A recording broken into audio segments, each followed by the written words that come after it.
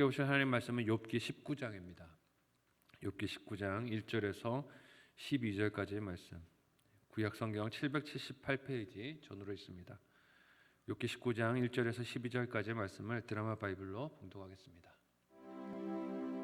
욥이 대답하여 이르되 너희가 내 마음을 괴롭히며 말로 나를 짓부수기를 어느 때까지 하겠느냐? 너희가 10번이나 나를 학대하고도 부끄러워 아니하는구나. 비록 내게 허물이 있다 할지라도 그 허물이 내게만 있느냐? 너희가 참으로 나를 향하여 자만하며 내게 수치스러운 행위가 있다고 증언하려면 하려니와 하나님이 나를 억울하게 하시고 자기 그물로 나를 에워싸신 줄을 알아야 할지니라. 내가 폭행을 당한다고 부르짖으나 응답이 없고 도움을 간구하였으나 정의가 없구나. 그가 내 길을 막아 지나가지 못하게 하시고 내 앞길에 어둠을 두셨으며 나의 영광을 거두어 가시며 나의 관모를 머리에서 벗기시고 사면으로 나를 헐으시니 나는 죽었구나. 내 희망을 나무 뽑듯 뽑으시고 나를 향하여 진노하시고 원수같이 보시는구나. 그 군대가 일제히 나와서 길을 도두고 나를 치며 내 장막을 둘러 진을 쳤구나. 아멘. 함께 읽은 본문의 말씀을 가지고 하나님을 갈망함이라는 제목으로 말씀 나누고 기도하도록 하겠습니다. 어제 본문에서는 빌닷이 욥을 참소를 했죠. 2차 논쟁 가운데 있습니다. 빌닷이 욥에게 했던 말들이 이런 것들이었죠. 욥이 겪고 있는 고난과 고통은 죄에 대한 결론이다. 이를 돌이키지 않으면 악인이 만나게 될 멸망이 네 인생의 결론이 될 것이다 라는 것이 빌닷의 말의 요지였습니다. 위로를 포장하고 있지만 정죄이기도 하고 경고이기도 하죠. 이러한 말을 하는 빌닷은 그 의도가 욥을 위로하고 그 괴로운 상황에서 벗어나기 위하게 한 것이다 라고 포장을 했지만 정작 당사자인 욥은 어떻습니까? 그 마음이 천갈래 만갈래로 찢어지는 중에 있습니다. 그래서 오늘 본문인 19장은 욥의 이런 처참한 마음이 그의 입으로 표현되고 있습니다. 먼저 욥은 자신을 악인의 운명에 빗대어 충고하는 빌닷에게 이런 반응을 보입니다. 함께 오늘 본문 1절에서 4절까지의 내용을 한 목소리로 읽어보도록 하겠습니다. 같이 읽습니다. 시작. 욥이 대답하여 이르되 너희가 내 마음을 괴롭히며 말로 나를 짓부수기를 어느 때까지 하겠느냐? 너희가 10번이나 나를 학대하고도 부끄러워 아니하는구나. 비록 내게 허물이 있다 할지라도 그 허물이 내게만 있느냐? 자신을 공격한 빌닷을 향해 욥은 그를 포함한 친구들의 말이 자신을 괴롭히며 자신을 짓부수는 것이라고 말을 합니다. 너희가 위로라고 말을 하는데 그 말이 내 마음을 산산조각을 내고 있다라고 한탄하는 것이죠. 그들이 무슨 좋은 의도를 담았다고 핑계를 대든지 간에 결실로 맺혀진 것은 그래서 그 결실대로 내가 회복되는 것이 아니라 나의 괴로움이고 나의 무너진 마음밖에 없다라고 한탄하고 있는 것입니다. 욥은 그의 친구들을 향해서 자신을 괴롭히며 힘들게 하는 것을 어느 때까지 반복하겠냐고 묻습니다. 욥이 겪고 있는 괴로움은 단지 재산과 자녀들만을 잃은 것이 아니라 건강만 상한 것이 아니라 그가 위로를 기도했던 사람들로부터 다가온 의외의 언어 폭력도 있는 것을, 또 외로움도 있는 것을, 또 이해받지 못하는 답답함까지 더해진 것을 오늘 본문에서 우리가 볼 수 있습니다. 욥을 돕겠다며 친구들이 한마디씩 한 말들이 그의 마음속을 온통 다 헤집어 놓은 고통이 되었던 것입니다. 욥의 친구들은 욥이 어떤 고통을 겪고 있는지 전혀 공감하지 못하고 있습니다. 그래서 욥이 탄식하는 바가 무엇입니까? 그들이 자신을 아프게 하기를 10번이나 반복을 하고서도 부끄러움이 없다라고 탄식을 합니다. 여기서 등장하고 있는 이 10번이라는 말은 숫자적으로 한 번, 두 번, 세서 10번이라는 뜻이 아니라 꽉 찼다는 뜻입니다. 소화할 수 없을 만큼 너희가 나를 이렇게 말로 힘들게 하는 일이 꽉 찼다는 의미가 담겨 있어요. 이런 의미로 사용되어 있는 구약의 예가 창세기 31장 7절에 야곱이 그의 외삼촌 라반에게 착취당했던 지난 날들을 회고할 때 이런 말씀이 등장합니다. 31장 7절 말씀인데요. 제가 한번 읽어드릴게요. 그대들의 아버지가 나를 속여 품삯을 10번이나 변경하였느니라. 그러나 하나님이 그를 막으사 나를 해치지 못하게 하셨으며, 이 말도 꽉 찼다는 의미예요. 숫자로 한 번, 두 번이 아니고 10번이나 자주자주 나와 품삯을 약속했지만 이렇게 바꿨는데도 하나님이 나를 보호해 주셨다는 의미로 야곱이 사용했던 말입니다. 또한 하나님께서도 이스라엘 백성들이 하나님 앞에 반역하고 완악한 마음을 보였던 것을 인내하셨던 과정을 이렇게 10번이라는 숫자를 통해서 말씀하기도 하셨습니다. 민수기 14장 22절 말씀입니다. 제가 한번 읽어드릴게요. 내 영광과 애국과 광야에서 행한 내 이적을 보고서도 이같이 10번이나 나를 시험하고 내 목소리를 청종하지 아니한 그 사람들은, 이스라엘 백성들을 지칭하시는 하나님의 말씀이세요. 그들을 인도하시고 그렇게 긍휼로 하나님께서 베풀어 주시고 그들을 돌보셨지만 이스라엘 백성들은 하나님을 10번이나 반역했다. 이게 숫자로 10번이란 뜻이 아니고 내가 인내하기가 정말 버거울 정도로 너희가 나를 반역했다, 시험했다라고 하나님이 탄식하시는 것입니다. 이런 예들을 볼 때 욥이 친구들을 향해서 너희가 10번의 나에게 주는 고통이 있었다라는 말의 의미가 무엇입니까? 힘들다는 것이에요. 내가 견딜 수 없을 만큼 말로 나를 힘들게 하고 괴롭힘을 주었다는 뜻입니다. 그 친구들이 어떤 친구들입니까?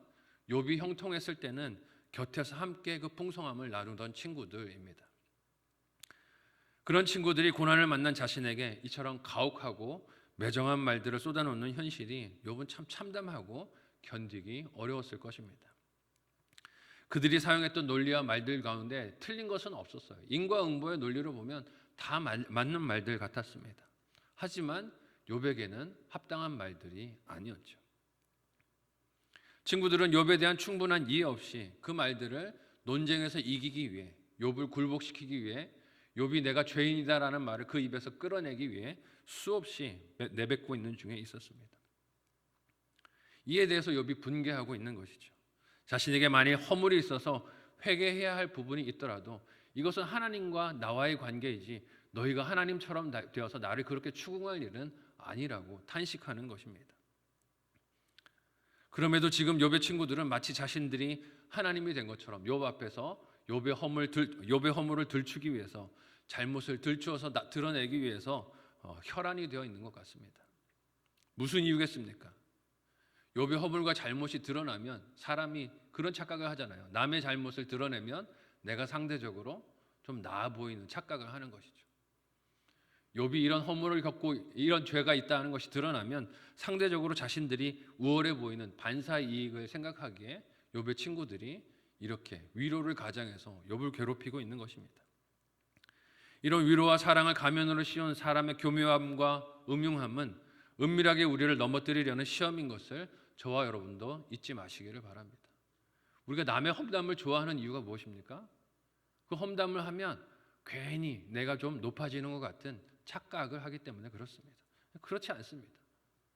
근데 사람이 그런 교만한 착각 속에 빠질 때가 많이 있어요. 이에 욥이 친구들에게 하는 말이 오늘 본문의 5절입니다. 우리 함께 5절 말씀을 한 목소리로 읽어보도록 하겠습니다. 같이 읽습니다. 시작. 너희가 참으로 나를 향하여 자만하여 내게 수치스러운 행위가 있다고 증언하려면 하려니와. 아멘. 욥은 하나님과 같이 되어 자신을 정죄하고 비난하는 친구들에게 그들이 자신에 대해 증언할 것이 있으면 한번 해보라고 말합니다. 그런 정죄와 비난이 정당한지를 한번 생각 좀 해보라는 것이에요. 하지만 사실 하나님께서 욥을 범죄자라고 하신 적은 있습니까? 없습니까? 없으세요. 하나님은 오히려 욥을 향하여 의로운 자, 기뻐하는 자라고 하나님이 말씀하셨죠. 오히려 사탄 앞에서 욥의 순전함과 의로움을 인정하셨고 이를 자랑하기까지 하셨습니다. 이런 욥을 인간인 그의 친구들이 어떻게 허물과 죄를 찾을 수 있겠습니까? 사실 말이 안 되는 것이죠. 하나님이 의롭다 하시고 기쁘다 하시고 순전하다고 하셨는데 사람이 이를 억지로 죄를 찾아낸다는 것은 오히려 욥의 친구들이 하나님에게 오류가 있다라고 주장하는 죄를 범하고 있는 것을 잊지 말아야 할 것입니다.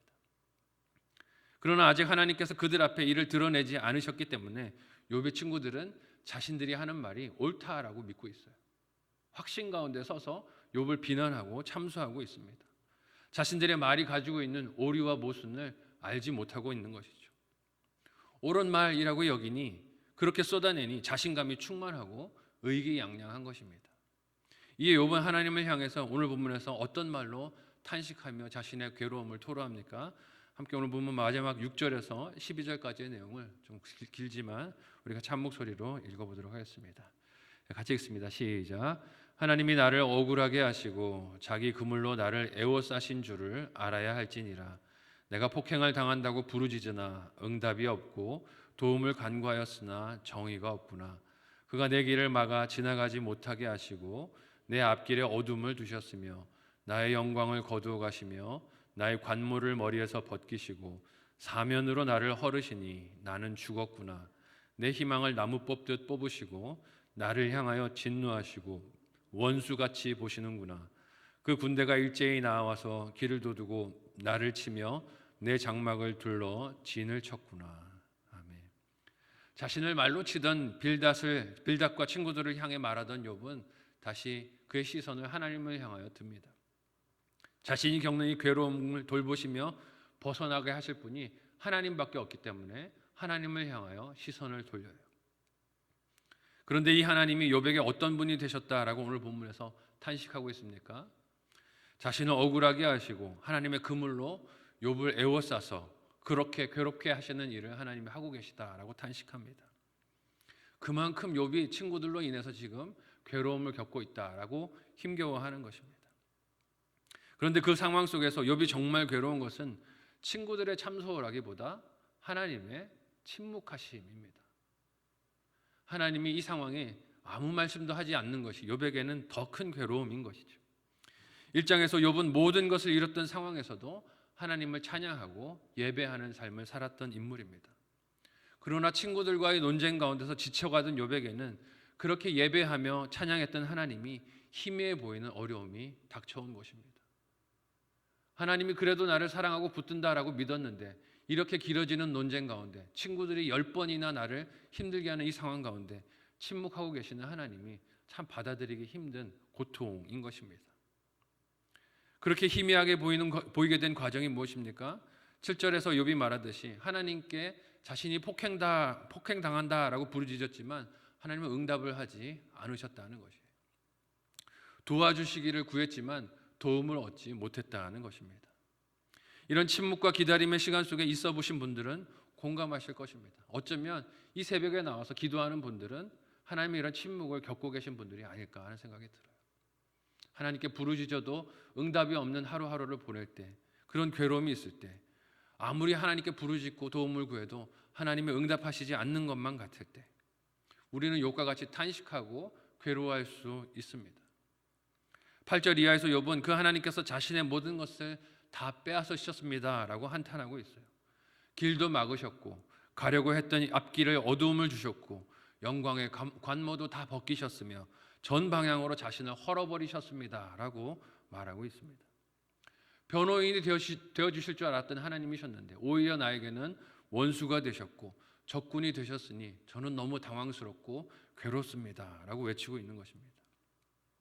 그러나 욥이 지나가고 있는 이 하나님의 침묵하심, 그리고 마치 적군이 되신 것처럼 고통 속에 그를 방치하신 것 같은 시간이 향하고 있는 목적지가 어디입니까?